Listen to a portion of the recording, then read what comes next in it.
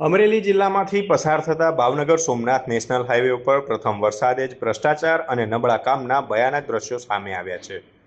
રાજુલા તાલુકાના ચાર નાળા નજીક આવેલ અતિ મહત્વના બ્રિજ પર ચારે તરફ મોટી તિરાડો પડી ગઈ છે અને આખો રોડ રીતસર ફાટી ગયો છે। પ્રાપ્ત વિગતો અનુસાર અમરેલી જિલ્લાના રાજુલા, જાફરાબાદ અને પીપાવાવ કોસ્ટલ બેલ્ટ વિસ્તારમાંથી આ વ્યૂહાત્મક ભાવનગર સોમનાથ નેશનલ હાઈવે પસાર થાય છે। નવાઈની વાત એ છે કે હજુ થોડા દિવસો પહેલા જ આ હાઈવે પર જ્યાં ગાબડા અને ખામીઓ દેખાતી હતી ત્યાં કોન્ટ્રાક્ટરો દ્વારા સમારકામ કરીને થીગડા પૂરવામાં આવ્યા હતા, પરંતુ પહેલા જ વરસાદી ઝાપટાએ કોન્ટ્રાક્ટરની આ લાલિયાવાડી અને નબળી ગુણવત્તાના કામના છોતરા ઉખાડી નાખ્યા છે। રિપેરિંગ કરેલી જગ્યા પર જ ફરીવાર સીસી રોડ મોટા પાયે ફાટી જવાના કારણે અકસ્માતનો મોટો ખતરો તોળાઈ રહ્યો છે। હાઈવેની આ દુર્દશા જોઈને અહીંથી પસાર થતા હજારો વાહન ચાલકો અને સ્થાનિક લોકોમાં ભારે આક્રોશ જોવા મળી રહ્યો છે।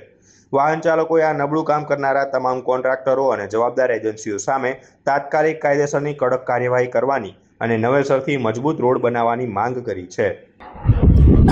હું અત્યારે રાજુલાથી નાગેશ્રી બાજુ જાઉં છું અને જેમ કે આપ જોઈ રહ્યા છો કે આ આપણે ભાવનગર સોમનાથ હાઈવે છે, જે કરોડોના ખર્ચે સીસી રોડ બનાવેલો છે, બરાબર।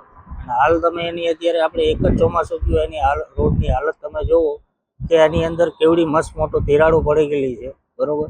એટલી નબળી ગુણવત્તાનું કાર્ય કરેલું છે, જેના ઉપર ચોક્કસ કાર્યવાહી થવી જોઈએ। જોવું જોઈએ કે ભાઈ આ જે પણ સરકારી અધિકારી છે, જે પણ કોન્ટ્રાક્ટર છે, બરાબર છે, એમની ફરજ જોવી જોઈએ એમને કે આ એટલું બધું ખરાબ કાર્ય કઈ રીતે થયેલું છે, બરાબર। અમારું એક જાહેર જનતા તરીકે એટલું નિવેદન છે સરકાર।